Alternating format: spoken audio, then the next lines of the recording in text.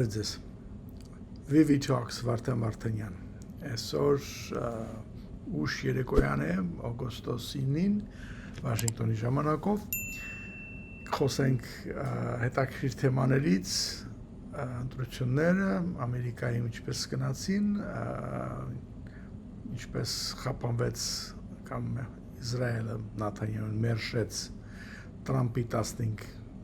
point պլանը, Գազայի վերաբերյալ եւ իհարկե ինչի կատարվում Ռուսաստանում Wildberries-ի հետ եւ ուրիշ հարցեր։ Լավ, սկսենք դրանից, որ ինչպես անցյալ վիդեոյում ասել էի, Աբդուլ Էլ-Սաիդ անունով եգիպտացի ծագումով ուրեմն Ամերիկայում ծնված մի հատ մարդ, որ փորձում էր սենատոր դառնալ, ուրեմն նախնական ներկուսակցական պայքարի ընթացքում ուրեմն ինքը հաղթեց։ Այս մարդը ունի PhD, public health-ի մեջ եւ ինքը բժիշկ է նաեւ, շատ կրթված երիտասարդ տղա է, իր հիմնական բաներից մեկը պլատֆորմների ամենահատ կարևոր բաներից մեկը նաեւ որ ինքը դեմ էր Իսրայելին ռազմական օգնություն տալ, ասելով որ ինչու պետք է փող այնտեղ ծախսենք, երբ որ Իսրայելում կա ձրի բժշկություն եւ ձրի ուսում, միջավ համասարանական ուսումը ներառյալ, իսկ մեր մոտ չկա, իսկ մենք պետք է փող իրենց տակ, եթե փող ունեք օգնություն տալու որը մեկին, եկեք իմ նահանգին Միշիգանին տվեք այս բանով։ Դե իհարկե բոլորին պարզա, որ ինքը դեմ էր եւ նա կոչում էր Գազայի այս պատերազմը ուղղակիորեն գենոցիդ։ Իր դեմ էր մի կին, որը ճիշտ կարծես 180 հակառակն էր, լրիվ Իսրայելի համար էր աղոթում, նրանց համար էր ուզում օգնություն տալ եւ այլ եւ այլ։ Մի խոսքով շատ փոքր ձայներով, ինչ որ 1000 քանի ձայնով, 2000 ձայնով ինքը հաղթեց եւ դարձավ դեմոկրատների տեխնացուն Միշիգան նահանգի արդեն ուրեմն թափուր բաց սենատի տեղի համար։ Դեռ երկու սենատոր կա ամեն նահանգից, մեկը բաց էր, ուրեմն ամեն իրենք փոխարինում են, միաժամանակ երկուսը չի բացվում էլ, այսպես ասած։ Համենայնդեպս հիմա ինքը պիտի արդեն նոյեմբերի պայքարի հանրապետականների տեխնացուի հետ, այս լինելու։ Ու շատ ինտերվյուներ են տալիս բան եւ այլ ու շատ հետաքրքիր ինչ է որ իրեն ինչ ասեցին որ վատնա կոմունիստա մուսուլմանա չգիտեմ մուսուլման այո չի թարգծնում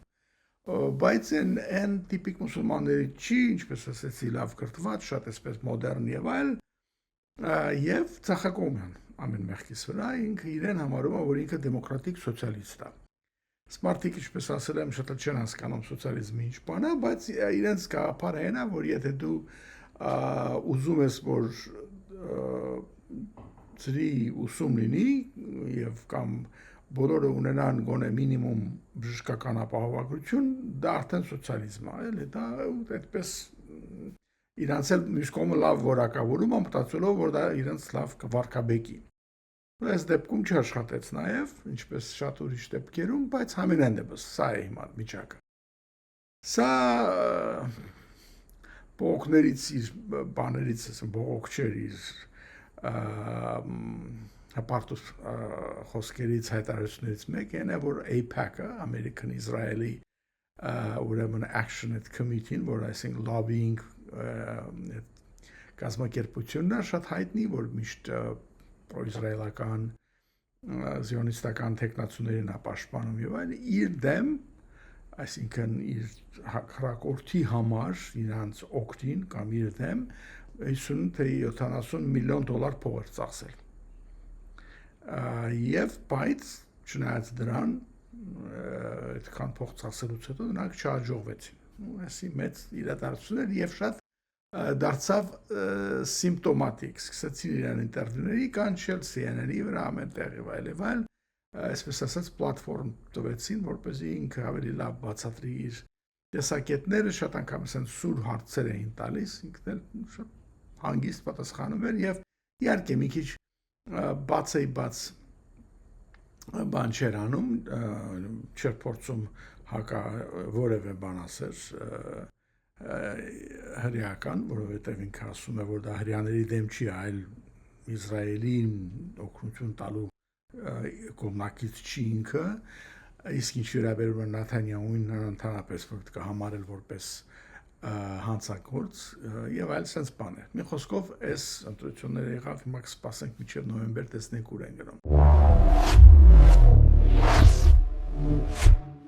Մինչ այդ, այսօր արդեն հայտարարեց ուրեմն Նաթանյահուն, որ ինքը դեմ է Թրամփի 15 կետանոց, այսպես ասած, 15-point plan-ին, այդ որ պլաններ, որը թե ինչպես պիտի հասնեն խաղաղության Գազայում։ Եվ պլանի հիմնական բաներից մեկը, հիմնական մեթոդը ասենք, որ սա քայլ առ քայլ պիտի կազմի, ինչ որ ֆեյզերով պիտի լինի։ Պետք է սկսվի, որ զինաթափում պիտի լինի, հատկապես մեծ զենքերից պիտի ուրեմն հրաժարվեն Համասը, հետո պիտի դրա փոխարեն ինչ որ մի ստանան ավելի լավ պայմաններ, հետո հաջորդը պիտի լինի, որ Իսրայելի զորքերը դրա փոխարեն պիտի դուրս գան, մի քիչ հետ քաշվեն, եւ դրանց փոխարեն պետք է ուրեմն ապահովությունը ապահովեն այդ Գազայի շրջանում, որտեղից Իսրայելի զորքերը հետ քաշվում են քայլ առ քայլ, այսպես ասած, դրա փոխարեն այսպես կոչված board of peace պիտի լինի, խաղաղության, ասենք, կոմիտե ասենք, հա, որոնք պիտի կազմված են պաղեստինցիներից, նրանք պիտի վերցնեն եւ խաղաղությունը ապահովեն այդ մասում։ Հետո հաջորդ քայլը եւ այլն։ Եվ այս միջազգային ստաբիլիզացիոն ուժ պիտի այսպես նաեւ լինի, որը պիտի այս հարցը կազմակերպի։ Եվ վերջին հաշվով ավելի կարևոր Պաղեստինի համար կետերից մեկն էր եւ Թրամփի համար ավելի կարևոր միգուցե այդ reconstruction-ն ասում վերակառուցման այս ծրագիրն էր։ Այսինքն պիտի գանք նորից այդ բոլոր ռմբակոծված այդ բաները պիտի կամաց մաքրվեն, տեղը նոր բաներ պիտի սարքվեն, նորից հիվանդանոցներ, դպրոցներ, չգիտեմ ինչ եւ այլ։ Էլ չասեմ, որ ի վերջո չէին իրենք այդքան ասում, որ պիտի ուրեմն ռեսորտներ սարքեն, հյուրանոցներ, չգիտեմ ինչեր եւ այլն։ Դե բարձր հասկանալի է, որ ինքը պիտի օգտվեր ամերիկյան ներկայացուցիչներ եւ այլն։ Մի խոսքով Նաթանյահուն ասաց ոչ մի դեպքում մեր բանակը չի քաշվելու ոչ մի տեղից, որտեղ երազներ միտեղ ստացեք, միջև որ մենք վստահ չլինենք, որ Համասը լրիվ զինաթափվել է, նույնիսկ պիտի զենքեր չունեն, ավտոմատ, չգիտեմ ինչ եւ այլն, մենք չենք դուրս գալիս ընդեղից, հա, իրենց բանը հետաքրքիր ինչ է, որ արտահայտությունը, որ Նաթանյահուն ասաց, որ fully and genuinely disarmed, fully-ն հասկացան, լրիվ զինաթափ են, genuine-ին որն է, այսինքն էլ ինչ է զում դրանից հետո, այսինքն իրական զինաթափում, այսինքն այնտեղ հանգարց սուտ-մուտ բան չլինի, իրենց մտքով սենց լրիվ հանձնվել են իրանց եւ այլն։ Շատ սենց wishy-washy արտահայտություններ են անում իրանք, որպեսզի միշտ կարողանան ասեն դե լրիվ զինաթափելը շատ հեշտ է, չէ՞, կարող է ստուգես ունի զենք կամ չունի։ Իսկ genuine-ը ոնց է որոշելու ազնիվ ինքը մտադրությունավոր է կամ չէ, միշտ կարաս ասես genuine չի։ Ու վերջ, այսինքն սենց մի խոսքով պայմաններ դրեց ինքը, Համասի պատասխանը այն եղավ, որ շատ կներեք, բայց սա լինելու բան չի, տենց չեն աշխատում, մենք արդեն պայմանավորվեցինք ամերիկացիների հետ, բայց չենք խոսում այդքան, եւ հիմա դու եկել ես նոր չես ընդունում, ասում ես սենց չի եւ այլն, բայց սենց բաներ։ Մի խոսքով մենք լրիվ չենք հանձնում այս ամեն ինչով։ Այս էլ իր հերթին եւ այսօր ամբողջ օրը դրա մասն է խոսում, որ ինչա կատարվում, նորից խանգարեց Նաթանյահուն, որ խաղաղություն հաստատվի։ Ու գաղափարը այն է, որ հույսը արդեն Իսրայելն է, որ մենք քաշքշենք, որ Թրամփը հոգնի էս բոլոր բաներից, ձեզ վի ինքը ասի դուք էլ ինչ ուզում եք արեք, թողնի դուրս գա եւ մեզ չխոչընդոտի գազան լրի մաքրելուց, եւ մենք ուզենք ինչ ուզենք անենք պաղեստինցիների հետ, ինչ նորից այնտեղ կառուցել, մենք քանդում ենք, որ իրանք էլ հետ չգան այդտեղ ապրելու, ուզում ենք որ թողնեն դուրս գան այնտեղից, դու ինքերս ինձ ասում ես reconstruction, չգիտեմ, ինչ որ ֆազաներով պիտի դուրս գանք, չպիտի դուրս գանք, դա ինչ է խոսում։ Եվ ասենք այնքան զզվացն ենք, որ Թրամփը վազնացնի մինչև իր պրեզիդենտության ուրեմն անցնի շրջանը։ Այս իսրայելական, ասենք թե մոտեցումն այդ հարցին, իհարկե Թրամփը հակին բանի մեջ է։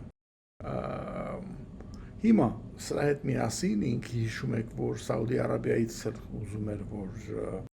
նա այդ Աբրահամյան ակորդները ստորագրի, որպեսզի իրեն տան ուրեմն միջուկային ծրագիր, այսպես ասած, թույլատրեն, որ ինքը խաղաղ միջուկային ծրագիր ունենա։ Well, Սաուդի Արաբիան ինչ արեց, պայմանագիր կնքեց Պակիստանի եւ Թուրքիայի հետ, այսինքն այս երեքը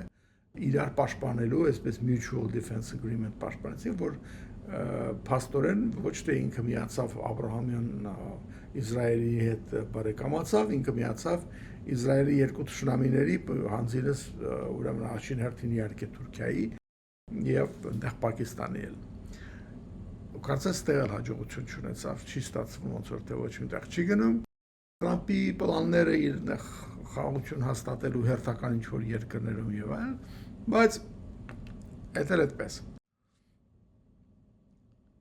Թրամփի հիմնական պրոբլեմը հենա, որ իր մյուս խնդիրը, այսինքն Պարսկաստանի հետ իր պատերազմի հարցը, ամեն անգամ որ ինքը կարծում է դուրս է գալիս, ասում է, արդեն հասնում ենք ինչ-որ համաձայնության, Իսրայելը մի բան անում, որ չեն հասնում ոչ մի համաձայնության։ Ու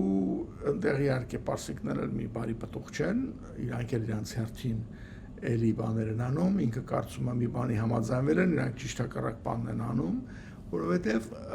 IRCG-ին էլ պետք չի, այդ ռադիկալներին էլ պետք չի խաղաղությունը, իրանք կարծում են, որ իրանք հաղթում են ինչ իմաստով, որ երկիրը վատասոված այս կոմենկոմ, այդ իրանց չի խանգարում, բոլորովին իրանք լավ էլ ապրում են, բայց այն իմաստով, որ Միացյալ Նահանգներին գցել են նեղ տեղը երկու քարի արանքը, չի կարող դուրս գա, ոչ կարող պատերազմ սկսի, ոչ էլ կարողանում է նեղուցը բացի, եւ նույնիսկ այն հանգամանքը, որ ամերիկան համաձայնվել էր, որ օքեյ, լավ, ինչ ուզում եք արեք, այնտեղ նեղուցից էլ կարող եք ինչ որ բան ստանալ, ասենք եկամուտ ստանալ եւ չգիտեմ ինչ, ձեզ էլ ոչ ոք չի ձեռ տալի։ Հիմա եկան ասին, չէ, դու պիտի համել մեզ վնասատություն վճարես եւ պիտի ընդհանրապես զորքերը շրջանից հանես, մեր կողքերը չնես, այս կողմ չնես։ Խոսքով այնպես բան արեցին, որ լինելու բան չի, ուրիշ խոսքով սաբոտաժ արեցին, նորից էս իբրև թե Տրամփի գլխի մեջ պայմանավորվածությունը։ Հիմա դա նորից ստեղ ինչա կատարվում, արդեն ուրիշ բան։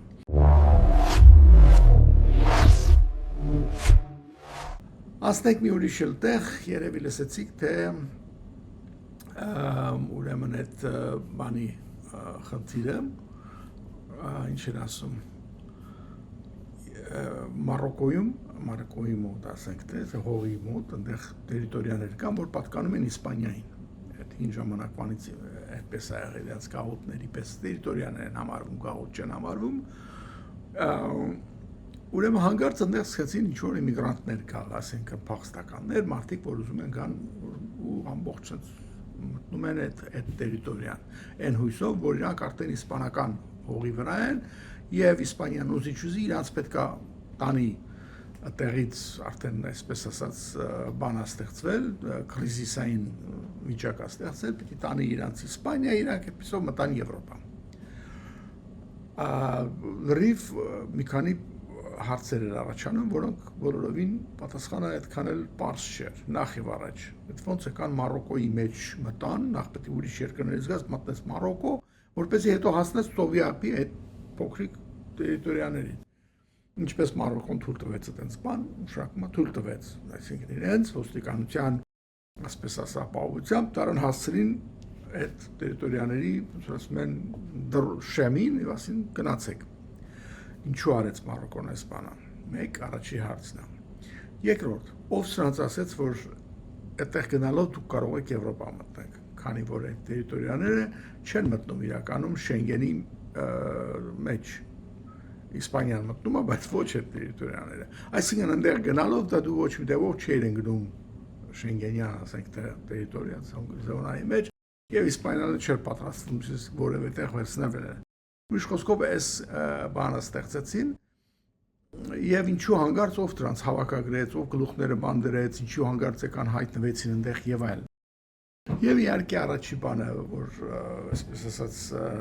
զգուշ մեկնաբանները իբրև թե չկան հասկանում, չգիտեն ինչ, բայց ուրիշները շատ հանգիստ մատնանշում են, որ սա Իսրայելի սարքած բանը պիտի լինի։ Ինչու, որտեղ Իսրայելին ուրեմն Իսպանիան շատ sense երես չտվեց, շատ բավական խիստ արտահայտություններով խոսած Իսրայելի մասին եւ Գազայի հետ կապված եւ Նեթանյահուի հետ կապված եւ ընդհանրապես իսկ Մարոկոն Իսրայելից շատ լավ է։ Ուրիշ խոսքով ասացին, որ սա Իսրայելը Մարոկոյի թագավորի հետ ոնց որ ասում են ընկերների հետ միասին կազմակերպեցին sense մի հատ ոնց որ ասում են Իսպանիայի մի հատ փոքրիկ բան ստեղծեն, հա,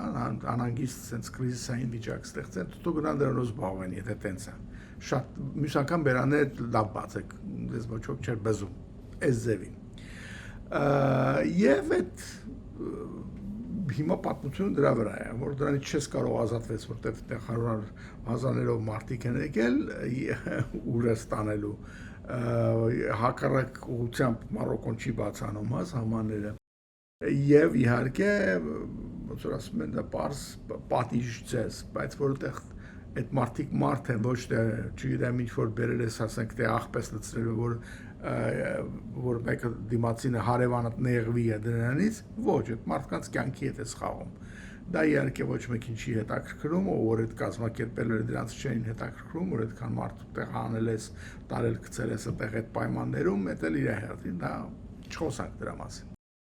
Ամենայն դեպս։ Բայց այսօրվա դրությամբ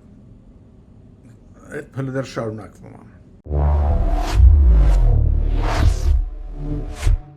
Հիմա վերադառնանք Ռուսաստան։ Ամեն մեղքից վրա հիշում եք չեմ անում իրոք այտենց մի 10 օր առաջ էր ինչ որ Պեսկովը դուրս եկավ, ասաց որ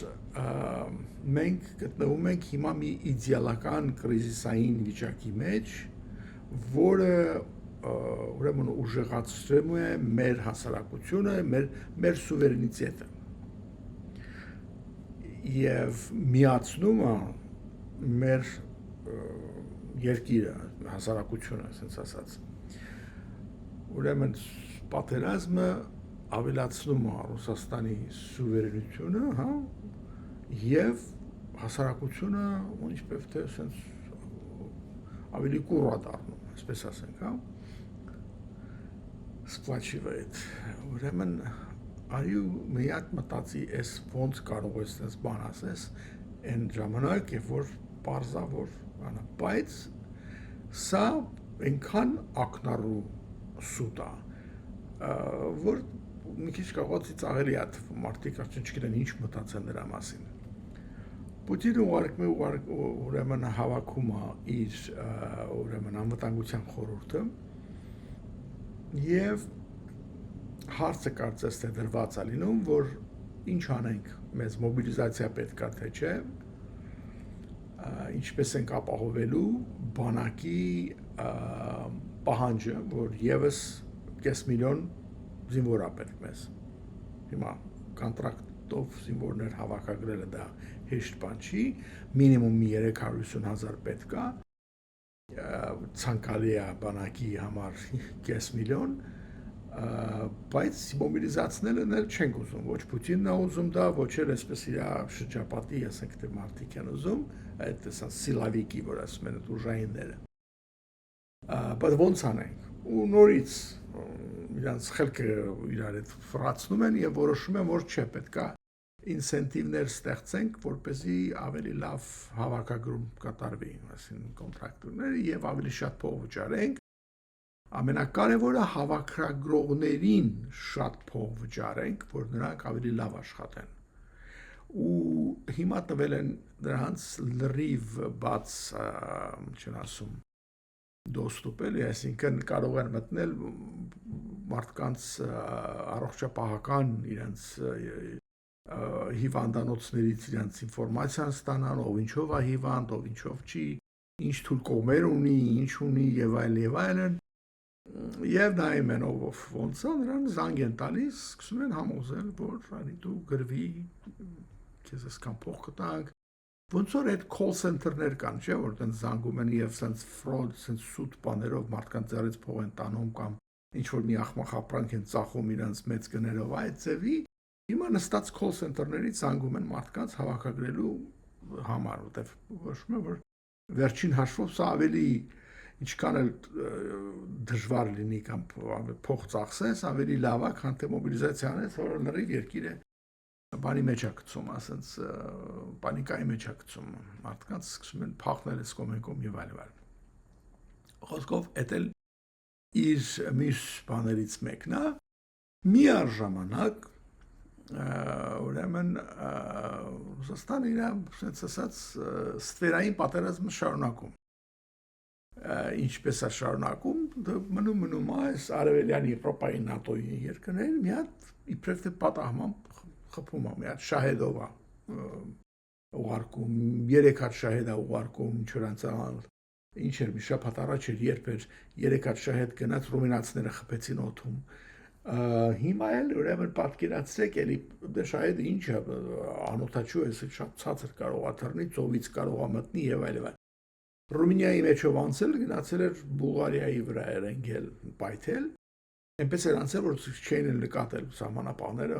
պայթելուց հետո արդեն պարզ էր,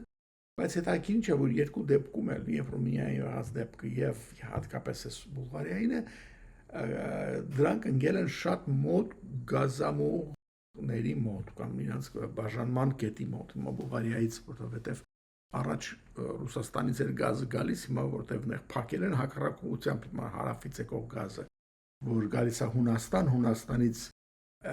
դեպի հյուսիս է գնում, բաժանվում է այնտեղ Բուլղարիա, Ռումինիա, Սլովակիա, Մոլդովա եւ միջև բանա հասնում նույնիսկ Ուկրաինա։ Այդ դրա մոտ են մնացել խփելով, ասելով որ դուք մի քիչ խելոք մնացեք, մենք կարող է ձեզ բանանանք, խփենք ձեր գազամուղը։ Հիմա Բուլղարիան շատ ընդհանրապես ոչ ոք չի կարող մեղադրել, որ հակառուսական ընդհանրապես երկիր է կամ ժողովուրդ է, չէ, բայց այնտեղ Բուլղարիան ժողովուրդը չնայած շատ պրո-ռուսական հակումներ ունի, բայց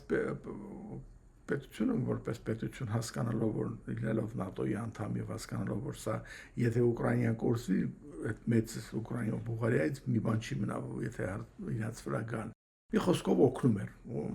ինչ որտեղ բանին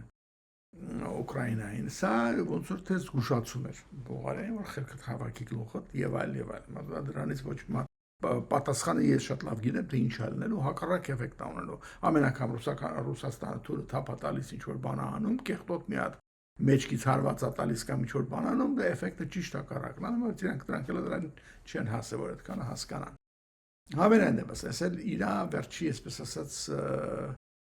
քայլերից մեկն է։ Վերադառնամ այս Wildberries-ի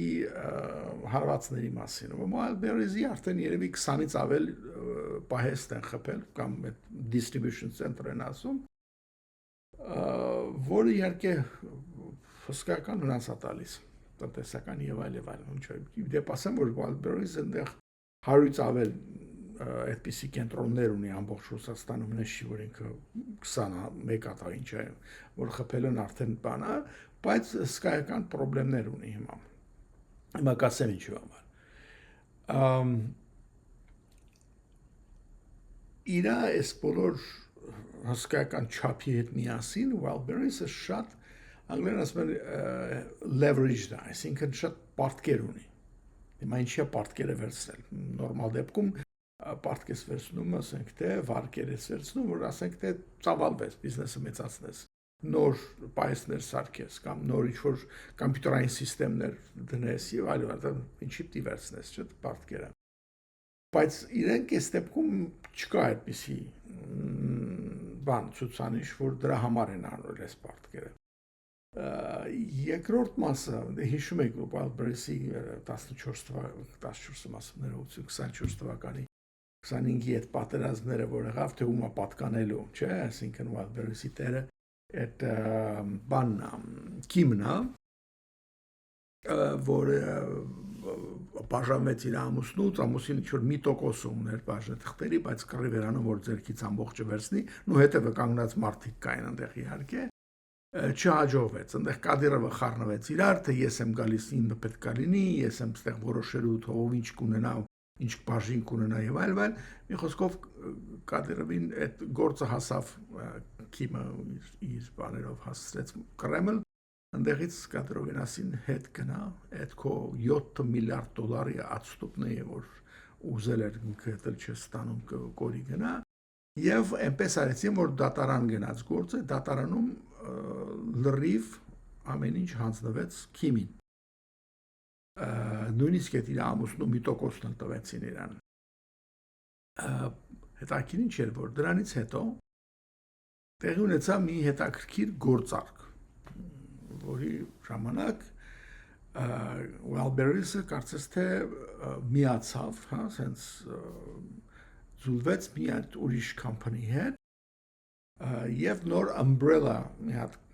հովանոց ասես ասած company տակ մտան ասես ասած նոր entity դարձեցին։ Հիմա այս երկուսը երբ որ միացան, այդ նորը կոչվում է RVB LLC։ Ուրեմն դրա տակն է միած Wildberries-ն է եւ այդ մյուս company-ն, որը կա միացավ, կոչվում է Stin LLC, STINN։ Հիմա հետաքրքիր է մեզ համար, ասենց ասենք, հետաքրքիր բանը ինչ կատարվեց, ես ընդեղից տեսա այս պատմությունը, որ Wildberries-ը 65% ունի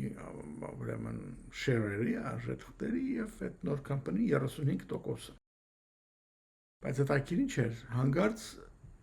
չնայած նրան, որ շատ իրենց ֆինանսական վիճակը այդքան լավ չի եւ այս բոլոր բաները 2025 թվականի համար ուրեմն դիվիդենդներ որոշեցին, որ պետք է ասենք թե վճարումներ կատարեն, ուրեմն բաժնեթղթեր տերերին, ոնց որ ասած, հա, տենց ամեն տարի լինում է, չէ, շահից մի բան է տալիս քո ինվեստորներին։ Հետաքրքիրն է, որ ուրեմն մոտավորապես 51.2 թե ինչ միլիարդ ռուբլի դիվիդենդ բաժանեցին, բայց այդ ամբողջը գնաց այդ 35% ունեցող Stin LLC-ին ոչ մի բան, 0 ռուբլի գնաց ուրեմն Wildberries-ին կամ նրա տիրոջը Քիմին, որ շատ տարօրինակ բան է, չէ՞, ոնց կարող է լինի, եթե մենք միացել ենք partner, այնը որ ավելի մեծ բան ունի, բաժին ունի, share-եր ունի, նա պիտի ղեկավարի, նա ընդհանրապես նշանակում, ասենք թե chief executive officer կամ հիմնական ղեկավարների, բան եւ այլ, եւ վերջապես շահը երբ որ դիկիս ես, դեպս երբ որ այդքան պարտք ունես, այդպես շահերը չեն անում, բայց ասենք թե հիմա այս րոպեին, բայց ինչ ոնց եղավ, որ ինքը ոչինչ չստացավ, հա։ Մի քիչ էլ պրպտեցինք եւ պարզվում է, որ այս Stin կոչվածը այդ նոր corporation-ը, որով նա եկել է միանա իրական անունը դրա Rus Outdoor-ը կոչվում, որ այդ մեծ ռեկլամների, գովազդների այդ company-ն է, որը վերջերս առավ իր հիմնական մրցակցին եւ դարձավ համարյա մոնոպոլ ուրեմն կազմակերպություն Ռուսաստանում եւ այս ռեկլամների, ասենք թե կամպանիան հանգարց մտնում է եւ մեծ 35%-ով իր ամբողջ ունեցվածքը դնելով, այսպես ասած, այդ որպես մուծում, վճարում 35%-ն է առնում այս Wildberries-ի, հա։ ու հետո շահույթը լրիվ իրանա գնում։ Միսակ հետաքրքիր բան էր, թե ոնց եղավ, ուրեմն այս ստինը հետաքրքիր է, որ նկատեցի, որ ասացին, որ կապ ունի Կրեմլինի հետ։ Սա ովքեր են կապ ունի։ Ուրեմն դա executive officer-ը այդ ստինի, որը եկավ մտավ փաստորեն, ինքը նրանց ղեկավարն է, անունը Ռոբերտ Միրզոյանն է։ Եվ գալով փաստորեն դարձավ այս նոր corporation-ի մեծը։ Այդ 35%-ով իրանք դարձան այս միասին Wildberries-ի հետ ստեղծած corporation-ի մեծը դարձավ։ Ուրեմն դուրս եկավ, որ Քիմը աշխատում է հիմա իր համար, այսպես ասած, իր ընդհանուր հսկողության տակ, հա, Տատյանա Քիմը։ Եվ լրիվ Okay, ինքը այդ Միրզոյանը բանն է այնտեղ, ոնց որ ասում են CEO-ն է, բայց տերը ով է իրականում դրա հետևում ով է կանգնած, այդ փողերը ումն են եղել այս կոմենկոմ։ Պարսմա տեղել է ինչ որ հայկական անուն Սադոյան անունով, ուրեմն այս ամբողջ այդ ռեկլամների այդ կամպանիի տերը դա է, այդ Սադոյանն է իրականում, որը ասում են կապված է այդ Սուլեյման Կարիմովի հետ, որը կապված է Կրեմլինի հետ։ Ուրիշ խոսքով, այս ամբողջ կռվից հետո, թե ով պիտի պահի Wildberries-ը, այսպիսով, ուրեմն Կրեմլինը, ասենք թե, Պուտին ասենք, հա, մտավ այս Wildberries-ի բիզնեսի մեջ և առաջին իշտ, երբ որ շահույթը սկսեցին բաժանել, ամբողջ իրանք վերցեցին։ Այդ Տատյանա Քիմի ոչ ոք չասավ։ Հիմա սա նախորդ պայմանավորված էր թե ինչ, դա արդեն տարբեր հարց, հա։ Բայց որ սա այսպես է լինում, այս հետաքրքիր նոր ձևի զարգանում, բանա։ Հիմա նորից, երբ որ դու այդքան պարտքերի մեջ ես, ով էր քեզ ասել այդքան պարտ կառնես։ Դա փող հանելու ձև է շատ անգամ բանկերից պարտք ես վերցնում, հետո փողը ինքդ ես յուրացնում, չես վճարում, հետո կամպանին բանկրապտ է գնում, ասում ես ծյուծու։ Փողը արդեն գնացել է, իբրև թե վճարումներ ես կատարել։ Իդեպ ասեմ, որ այդ իբրև թե այդ ամբողջ դիվիդենդները, որ խոսում ենք դրա մասին, հսկայական այդ 50 միլիարդ ռուբլուց ավել, որը մոտավորապես 660 միլիոն դոլարի չափ sense բան է, 51.42 բիլիոն է եղել total-ը։ Բաժանել են այդ բանի միջև, ինչ որ անհայտ բաժնետերերի եւ այդ Միրզոյանի վրա գրվել։ Կես լրիվ 100 բանով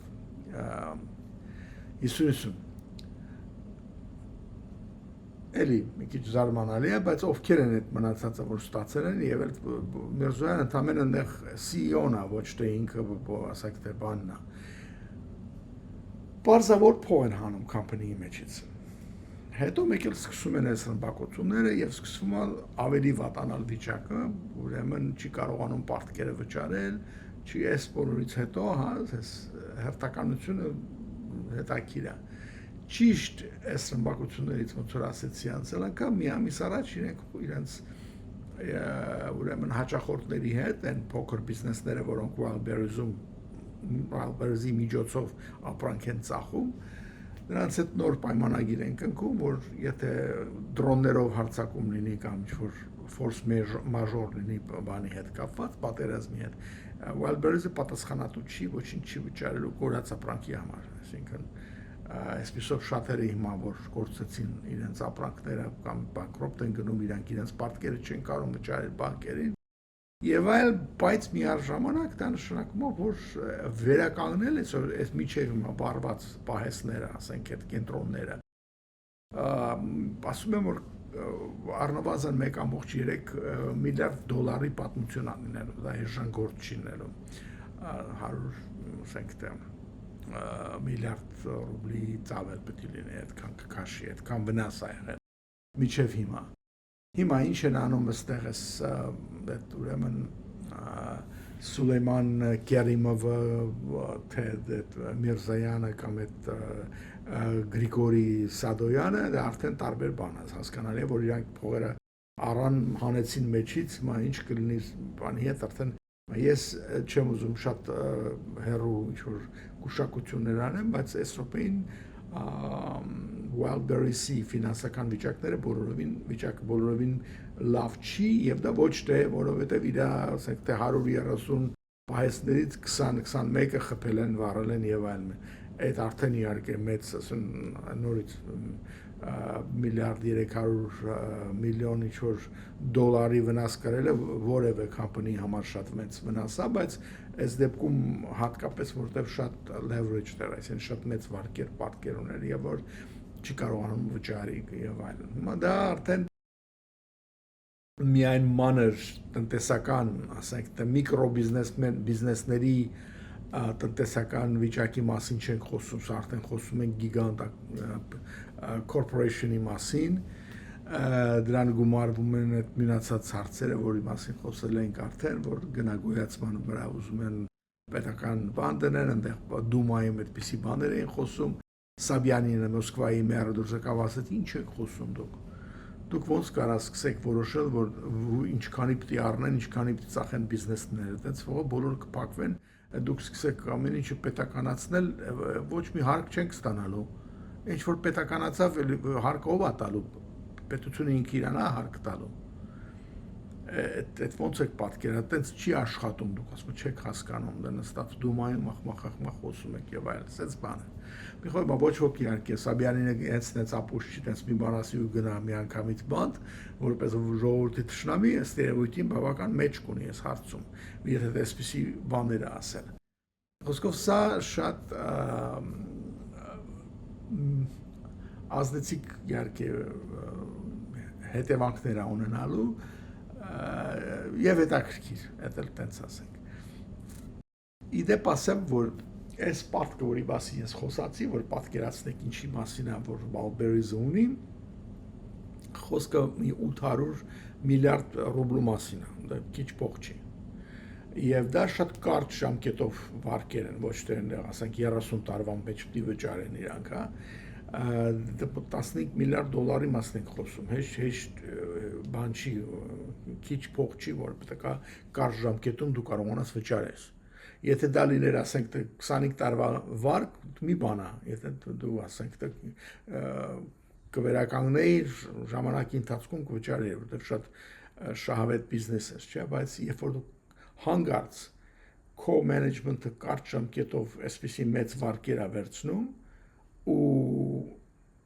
չես կարողանում վճարել, արդեն դա բանկի խնդիրն է, ասում են $1000 պարտք ունես, չես կարող վճարես, դա քո խնդիրն է, բայց եթե 15 միլիարդ ունես եւ չես կարող վճարես, դա բանկի խնդիրն է արդեն։ Եվ այդ այդտեղ արդեն լուրջ է իրանց հարցը։ Այնտեղ ովքեր են այդ բանկերը, ուրեմն երկու բաները VTB-ն է իհարկե եւ Sberbank-ը։ Հիմա դուք պատկերացնում եք, որ եթե հանգարց այսպիսի հսկա Sberbank-ին կամ VTB-ին 15 միլիարդ պարտ ոչ մեկը չվճարի հանգարց։ Այդ փողը կտրել տարերեն ու չեն տալիս այդ բանկի վիճակը այդքան լավ չի ներում։ Սրանք էլի շատ վախենալու, ասենք տնտեսական իմաստով բաներ են, հա։ Եվ ոչ թե ասի ապագայի մասին եմ խոսում, հա, արդեն չեն վճարում, արդեն հետ են մնացել վճարումներից եւ այլնից։ Որ իրանց ֆինանսական, ասենք թե performance-ը որ պետք է անեն, լիմիտները դրված, ինչ պիտի անես, երբ պիտի անես, այդ արդեն խախտել են մի քանի անգամ։ Նոր բան չեմ ասում։ Մի խոսքով վիճակը էս է, որ խոսքը գնում է Տատյանակի մոտ, որ թղթի վրա 65% ունի Wildberries-ի, իրականում չի որոշում, որտեղ CEO-ն իրենց մոտ նստած է այդ ռուսատորից եկած ուրեմն Ռոբերտ Միրզոյանը, որ եկավ 35% share-ով, եւ այդ ուրեմն Գեորգի Սադոյանը։ Հիմա եւ նրանք էլ կապված են Սուլեյման Կերիմովի հետ, որն կապված է Պուտինի հետ եւ այս կապը սենց է գնում։ Հիմա դրա մասին բոլորը գիտեն ով է, այսինքն ով պետք է իմանա գիտի, եւ այդ բանն էլ կա, որ այս արդեն ուրիշ աղբյուրներից ասում են, որ ոչ թե միայն Wildberries-ի հետ կապված չի, ընդհանրապես մեծ բիզնեսմենները, այսպես կոչված, հա, օլիգարխները, դրանք սկսել են ամեն հնարավոր ձևերով փող անել, անցյալ անգամ պատմեցի, որ մեկ ուզում էր Չինաստանում կամպանի սկսել, որին արգելեցին եւ այլն։ Սենց բաներ։ Մի խոսքով հիմա ուր է գնալու սա Աստված գիտի, բայց էլի եմ ասում, սա փոքր բան չի, սա սիմպտոմ ավելի մեծ խնդիրների, որը պետք է լինի հիմնականում եւ ցույց է տալիս, որ FSB-ն, որը միշտ կառավարում էր եւ որոշում էր ով ինչ բիզնես պիտի ունենա, իհարկե ինքը չէր ամեն ինչ որոշում, այդ բոլորը վերևից է գալի, իսկապես մեծ բիզնեսների վրա Պուտինն է նստած, իր ցանկությունը, ոնց որ ասում են, տնտեսական մեծ գործիչներին, ասած, վերցնի կոնտրոլի տակ կամ իրանցից այդ իրենց ասատները, գործերը, բիզնեսները վերցնի, պետականացնի, այս բանը, այս տենդենսը շատ, այսպես ասած, նպատակասլաց ձևով առաջ է տանում։ Ոչ մի ձևով չի, որ փոխել իր միտքը, թե պետքա թողնենք, որ բիզնեսը իր գործը անի, շահույթ ունենա, շնչի երկիրը եւ այլն։ Ինքը իր նպատակները իր ձևի է հասկանում, սովետական միությունից գլուխը դուրս չի եկել։ Համենայն դեպս, այդ եւ Սաբյանինի խոսքերը չեմ կարծում ինքը լսի եւ հասկանա։ Լավ, այսել էսպես շնորհակալություն բոլոր նրանց, ովքեր իմ նախկին հարցին պատասխանեցին, թե ինչ լեզվով անեմ, ես երևի լավ չի բացատրել, ես անգլերենով եմ անելու, հայերեն անպայման շարունակելու եմ, մեկ նույն թեման կլինի, մեկ կարող է տարբեր լինի, բայց կարևոր չի դա, որ լսում է հիմա ինքը էլի կարող է շարունակի լսել, դա ոչ մի ձևով չի խանգարի, եւ մինչեւ հաջորդ հանդիպում VV Talks Այս երևի դուրս կգա վաղ արդեն ամսի 10-ին, հավանաբար, եթե կամ 10-ին կամ 11-ին։ Եղավ, ստեսյուն, բարի գիշեր։